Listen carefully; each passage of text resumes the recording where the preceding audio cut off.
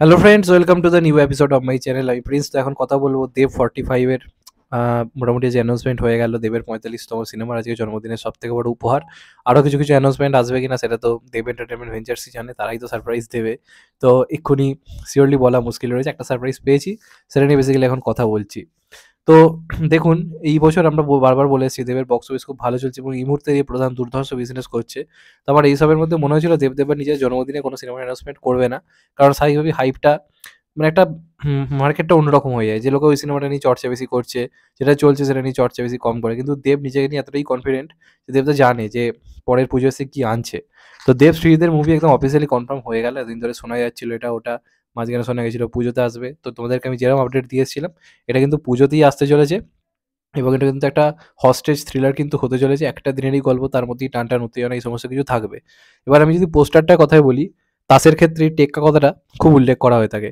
তো দেখবেন পুরো পোস্টারটা ডিজাইনটা করা হয়েছে তাসের পাতার মতো পুরোপুরি, একদম চারপাশে সবকিছু করা রয়েছে এবং উপরে লেখা রয়েছে এ বলে। তো আবার এটা এ সার্টিফিকেট পাবেন না তো, মানে এরকম কোনো ইঙ্গিত দিচ্ছে না তো, আমি জানি না, বলতে পারবো না এটা এ মানে 18+ মুভি কিনা। হতেই কিন্তু পারে, কারণ শ্রীজিৎ মুখার্জির সিনেমা তো বলা যায় না, সবই হতে পারে। তো দেবদা কিন্তু নিজের কেরিয়ারে নানা রকম চরিত্র পাচ্ছে।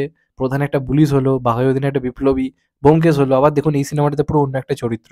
এখানে সম্ভবত দেবদাকে ফার্স্টে পোস্টারটা তোমাদেরকে আমি দেখাই। পোস্টারটার যে ডিজাইনটা খুব ভালো হয়েছে, একটু ব্রাইটনেসটা আমায় কমাতে হবে ফোনের। তো পোস্টারটা যদি আমি মানে ডিজাইনটার কথা বলি, ডিজাইনটা কিন্তু বেশ ইন্টারেস্টিং হয়েছে সত্যি কথা বলতে গেলে, খুবই ভালো লাগছে।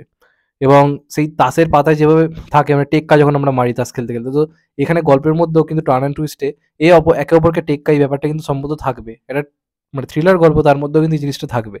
তো খুবই ভালো কাস্টিং রয়েছে, স্বস্তিকা মুখার্জি, রুক্মিণী মৈত্র এবং পরমব্রত চট্টোপাধ্যায়ের নামটা যদিও এখানে দেওয়া নেই, কিন্তু পরমব্রত চট্টোপাধ্যায় থাকবে এমনটাই কিন্তু খবর রয়েছে। এবং আরেকটা বড় ব্যাপার তোমাদেরকে দেখাই, এই সিনেমাটা কিন্তু ডিস্ট্রিবিউট করছে পিভিআর আইনক্স।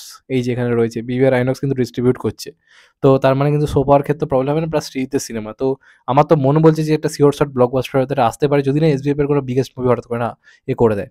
তো অনেকের সন্দেহ ছিল দেব 45টা কি হবে, খাদান হবে কিনা, রঘু ডাকাত হবে কিনা। আমি শিওর ছিলাম এটাই হবে, কারণ দেবের পরবর্তী সিনেমা পুজোতেই আসবে এবং পুজোতে আসবে টেক্কা আমরা আগে থেকেই জানতাম। তো দেবের 45তম সিনেমা মানে 44তম সিনেমা প্রধান, তার পরের সিনেমাটাই হবে। তো এই হিসেবে মাথায় ছিল টেক্কাই আসবে। এবং কিন্তু আমার অ্যানাউন্সমেন্ট পোস্টারটা ইন্টারেস্টিং লেগেছে, মানে দেবেরই কোনো একটা লুক টুক দিয়ে না করে, কারণ দেব দেখে কোনো লুক টেস্ট করেনি। তো সেখান থেকে বাদ দিয়ে এডিটিং এর মাধ্যমে যে পোস্টারটা বানানো হয়েছে, সিনেমাটার থট আর কনসেপ্টের সাথে কিন্তু খুবই কিন্তু ভালোভাবে যাচ্ছে, ভালোভাবে জাস্টিস করছে। তো সেই জিনিসটা কিন্তু রয়েছে।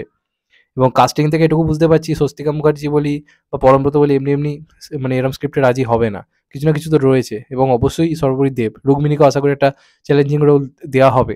এবং দেব এই এক্সপেরিমেন্ট বহু আগে করছিল তার চরিত্রের ক্ষেত্রে, তখন অতটা ওয়ার্ক করেনি, কিন্তু এখন দেবের টাইম চলছে।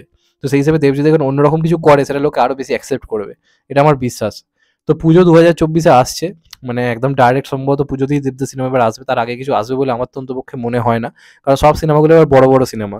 তো সেগুলো আগস্ট বা ঈদে আসবে বলে আমার ব্যক্তিগতভাবে মনে হয় না। তো একদম পুজোতে আমরা দেবদাকে হয়তো পাবো, মানে মোটামুটি 10 মাসের এখন কিন্তু অপেক্ষা, অনেক দিনের অপেক্ষা ভাই সত্যি কথা বলতে গেলে। তো দেখা যাক কি হয়। তো এটাই ছিল মোটামুটি আজকের অ্যানাউন্সমেন্ট, এবং এটা অনেকটা সাউথের স্টাইলে করা হলো। দেব 45 এমনটা বাংলায় সত্যি কথা বলতে গেলে হয় না। সাউথে থালাপতি বিজয়ের সিনেমা এলে, রজনীকান্তের সিনেমা এলে, বা সাউথের এই এটা রয়েছে, ট্রেন্ডটা রয়েছে যে সুরিয়া 45 এই ধরনের এটা, তো সেইটা একটা খুব ভালো কাজ তারা করেছে দেবের 35তম সিনেমা।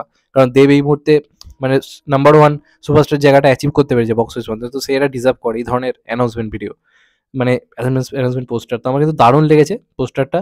এবং রেড এতে টাইটেলটা লেখা রয়েছে, মানে সিনেমার মধ্যে রক্তারক্তি ভালো রকমই থাকতে পারে। এবং দেবেরাতে আমরা পুলিশ, মানে সরি পুলিশ বলছি, দেবেরাতে আমরা রিভলভার দেখতে পাচ্ছি, একটা বাচ্চা মেয়ের কপালে ঠেকিয়ে রেখেছে। তো এখানে একটা বাচ্চা মেয়ের সাথে তার কোনো একটা বন্ডিং এর কিন্তু ব্যাপার সম্ভবত থাকবে, কোনো কিডন্যাপের ব্যাপার বা সামথিং কিছু একটা হতে চলেছে। তো খুব ইন্টারেস্টিং একটা ক্যারেক্টার, আমি তো খুব এক্সাইটেড দেবদাকে একটা অন্যভাবে পাওয়ার জন্য। আই থিঙ্ক শ্রীজিৎ মুখার্জি আমাদেরকে হতাশ করবে না।